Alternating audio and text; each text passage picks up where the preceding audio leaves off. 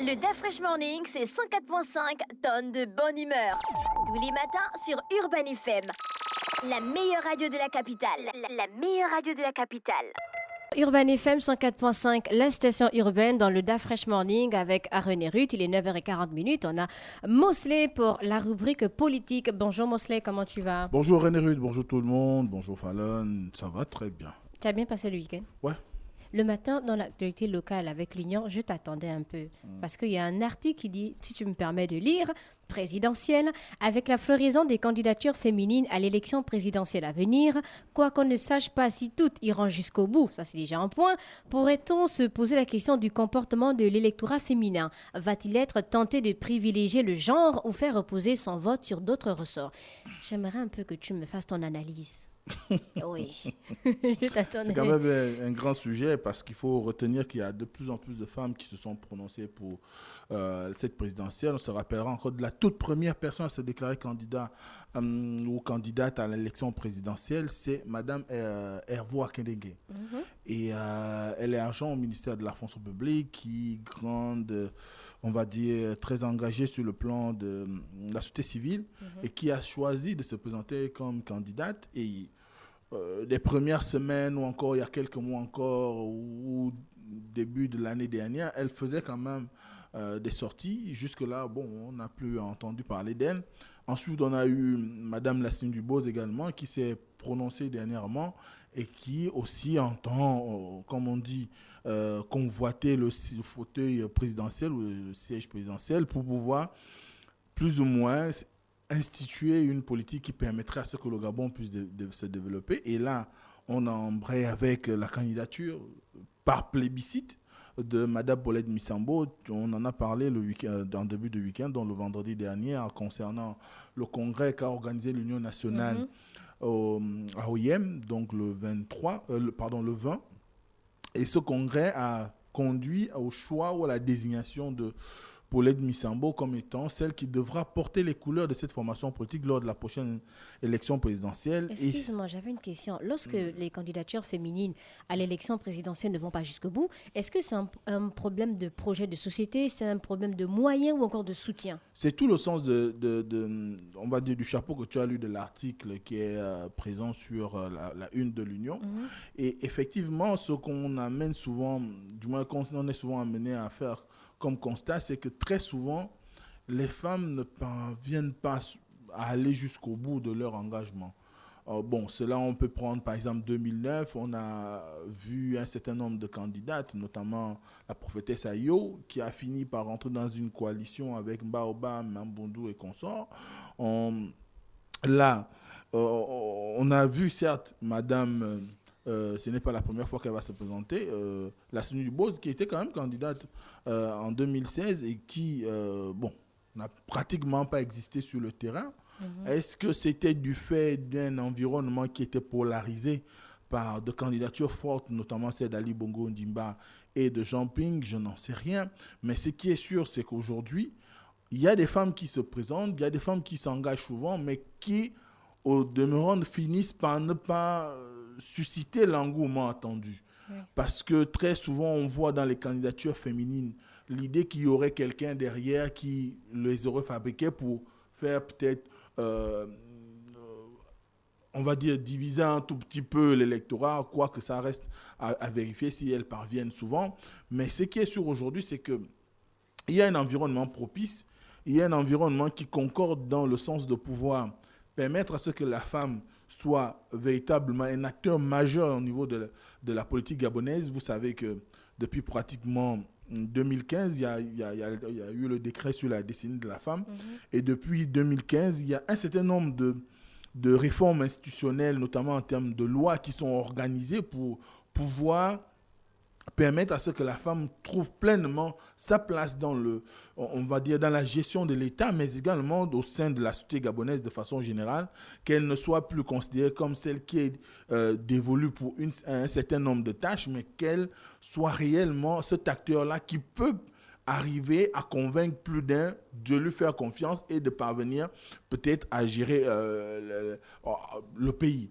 Bon, maintenant, en ce qui concerne les programmes de société, c'est le grand problème qu'on a dans le pays, c'est que on a souvent eu une carence en termes de délivrance ou de ventilation, j'ai envie de dire, des projets de société. Il y en a quelques candidats qui en fournissent, d'autres pas. Et ceux qui en ont, très souvent, n'arrivent pas à les vendre correctement auprès des populations. Et ce qui fait que, bon, on y va par émotion, par appréciation, par estime, par le droit consanguin, sans véritablement savoir quelle était la ligne de défense en termes d'intérêt du Gabon que pourrait représenter une candidature XY. Donc, les femmes, ce n'est peut-être pas parce qu'elles n'ont pas de projet de société, mais peut-être aussi que la mentalité nationale n'est pas encore prête à avoir une femme à occuper une fonction comme celle de président de la République. Vous voyez déjà le nombre très infime qu'on a de femmes au niveau des assemblées, que ce soit au niveau des municipalités, que ce soit au niveau des assemblées départementales, ou encore, quand vous regardez un peu le Parlement, il y a très peu de femmes. Mais peut-être... Est-ce qu'elles ne sont pas solidaires entre elles? Est-ce que l'engagement politique a à voir avec la solidarité? Je ne sais pas s'il y a un lien entre l'engagement politique et la solidarité que devraient avoir les femmes entre elles, parce que techniquement, la politique, c'est un domaine où on convainc le plus grand nombre. Et le plus grand nombre pour une femme, ce n'est pas seulement les femmes, c'est aussi les hommes, c'est les jeunes, c'est l'ensemble du corps social national ou de votre circonscription politique. Et ce n'est qu'à la base de la vision que vous avez, de l'orientation que vous donnez à votre candidature, que les uns et les autres peuvent se greffer et se dire qu'ils se reconnaissent en vous et que les valeurs que vous défendez sont les valeurs qui pourraient pleinement les amener à atteindre des objectifs qui pourraient être assignés par vous ou par le groupe avec lequel vous travaillez. Donc, dès cet instant, ce n'est pas seulement une question de femmes solidaires ou femmes, sinon le PDG aurait le plus grand nombre de députés femmes au Gabon, parce que la base même du Parti démocratique gabonais, c'est l'UFPDG, et quand vous avez au sein de l'UFPDG, il y a des femmes assez talentueuses qui arrivent quand même à faire l'unanimité, mais lorsqu'il s'agit de la désignation des candidats, il y a souvent très peu de femmes qui sont investies par le parti. Donc ça n'a rien à voir avec le fait qu'on soit une femme et que d'autres femmes devraient me soutenir. Non, ça a à voir beaucoup plus avec la philosophie politique que vous défendez, les idées politiques qui sont les vôtres et comment vous y prenez pour pouvoir convaincre plus d'une ou plus d'un à adhérer à votre projet politique. Donc c'est tout le sens aujourd'hui peut-être de l'interrogation qui est faite dans l'Union, parce que tu sais, on a aujourd'hui, je ne sais pas si c'était de bonne loi pour l'Union de parler de désistement, quand on sait que Paulette Misambo vient d'être vient d'être adoubée par son parti pour être la candidate pour la présidentielle, et qu'on sait quand même qu'en 2016, Ange-Marie Casimiro Yemba avait décidé de se retirer de façon pas très, très orthodoxe, puisqu'il n'y avait pas eu une communication qui alertait à l'opinion de façon générale qui se retirait. Est-ce que ce n'est pas aussi dans cet esprit-là, avec une petite contorsion que l'Union a fait ce titre-là? Mais ce qui est sûr aujourd'hui, c'est qu'on a de plus en plus de femmes qui sont engagées. On a de plus en plus de femmes qui arrivent qui sont aux responsabilités, d'ailleurs, dans la haute administration, que ce soit judiciaire ou l'administration dite civile. Vous allez trouver de nombreuses femmes qui occupent de hautes fonctions. Je parlerai par exemple de Madame Madeleine Moranto, qui est là depuis pratiquement la création de la Cour constitutionnelle, qui est présidente de la Cour constitutionnelle, et qui, au dire de certains, gère l'institution comme cela se doit, dans le respect des normes, quoique on peut retrouver des oppositions qui trouvent que parfois aussi, il peut y avoir des partis pris. Mais ce qui est sûr aujourd'hui, elle n'est pas la seule. Il y a plusieurs autres. Vous avez Lucie Milébou-Bousson qui va à son deuxième mandat sur le plateau du Sénat, donc en tant que présidente du Sénat. Ministre de la Justice, garde des Sceaux, chargée des droits de l'homme, Madame Erline Antonella Ndembe. Exactement. Vous avez le vice-président de la République aujourd'hui, c'est une femme qui a été maire de la commune de Libreville, qui a été Premier ministre. Donc, il y a tout un bagage aujourd'hui chez les femmes qui fait que on peut quand même espérer que les candidatures féminines puissent peut-être produire de la différence ou encore soit capable de pouvoir cristalliser les électeurs autour de leur projet politique, parce que Paulette Misambo, c'est l'une on va dire, des grandes avancées en termes de gestion de parti dans notre pays, quand on voit le soutien que lui accordent ses militants depuis pratiquement le congrès qu'ils ont eu en 2021, en novembre 2021.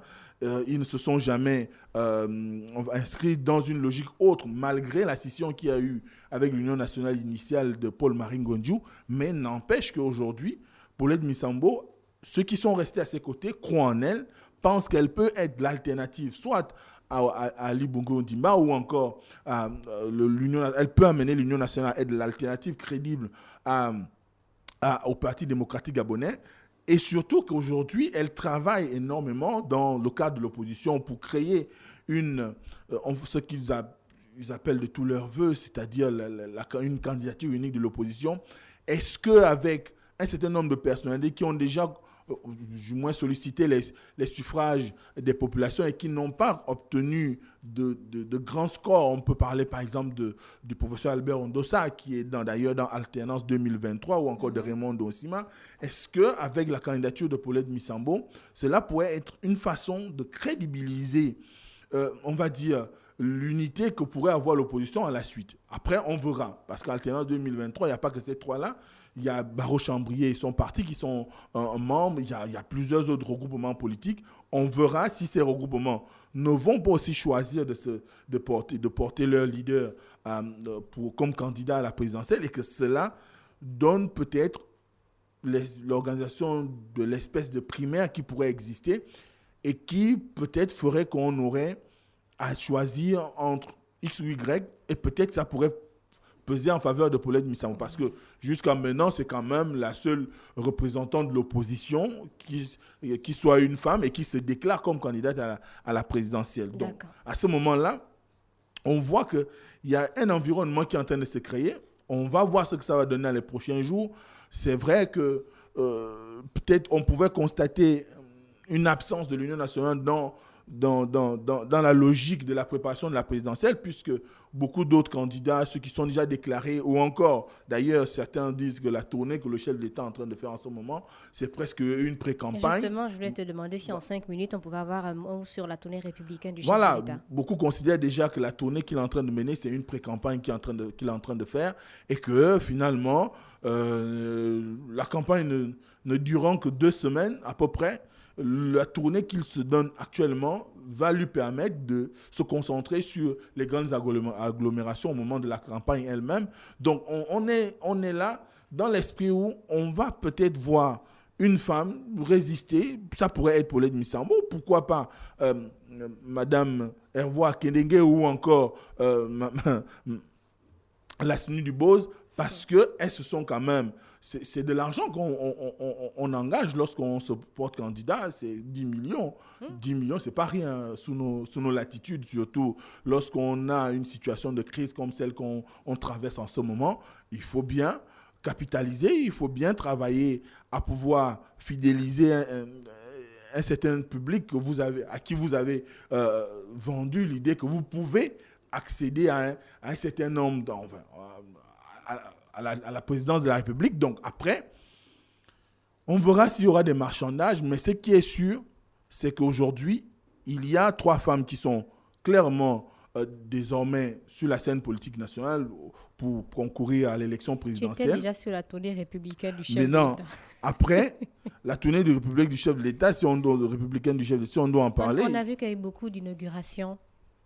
Oui, c'est la grande particularité de cette tournée, c'est qu'en même temps, le chef d'État va à la rencontre des populations, qui, comme on le dit, ce sont des retrouvailles qui permettent à ce que ce dernier puisse communier à nouveau avec les populations après avoir connu quand même des ennuis des ennuis de santé, et que finalement, ayant recouvré, on va dire, une bonne santé aujourd'hui, il a besoin d'aller au contact de sa population. Vous savez qu'on a tout vendu. On a dit qu'il était mort, on a dit qu'il n'était plus en capacité. Je crois que cette tournée, c'est pour leur permettre, donc de permettre aux populations elles-mêmes de juger, de voir si il parvient aujourd'hui à pouvoir exprimer ou bien s'exprimer de façon globale en ce qui concerne sa santé, et que finalement, il soit en mesure aussi de pouvoir prendre en compte un certain nombre de besoins qui sont ceux des populations dans un certain nombre de localités. Où j'ai vu par exemple au niveau de Lambaréné où il était tout le week-end dernier, on a organisé une caravane médicale pour pouvoir distribuer des médicaments, prendre soin des personnes qui présenteraient des pathologies ou des maladies particulières. Il y aura un suivi. Il y a également la rencontre avec des jeunes, des inaugurations, comme tu le disais. Mais cela reste dans la droite lignée de l'ouverture, du besoin d'aller au contact des populations pour leur signifier sa présence sur le terrain, qu'il n'a pas été question de tout ce qui a été dit et que lui, il est là. D'ailleurs, lui-même, il a rappelé, par exemple, à Bifoun, où il a dit aux populations qu'il entendait faire de Gabon un pays fort.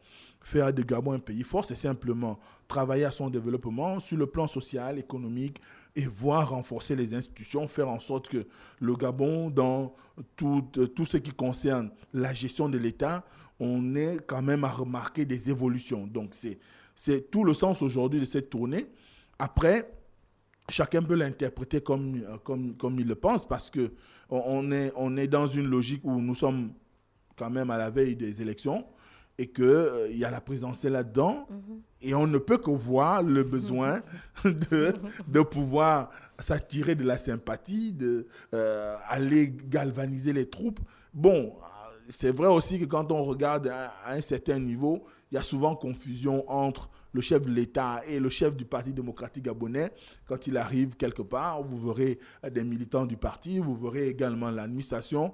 Donc, il y a comme un mélange de genres, mais ce qui est sûr aujourd'hui, le chef de l'État est dans la procédure d'une tournée républicaine qui doit pouvoir l'amener à rencontrer l'ensemble des populations dans toutes les provinces du pays.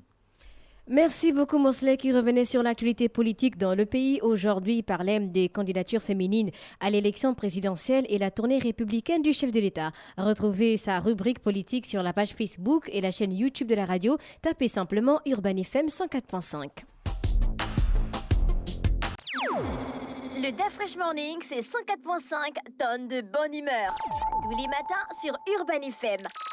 La meilleure radio de la capitale. La meilleure radio de la capitale.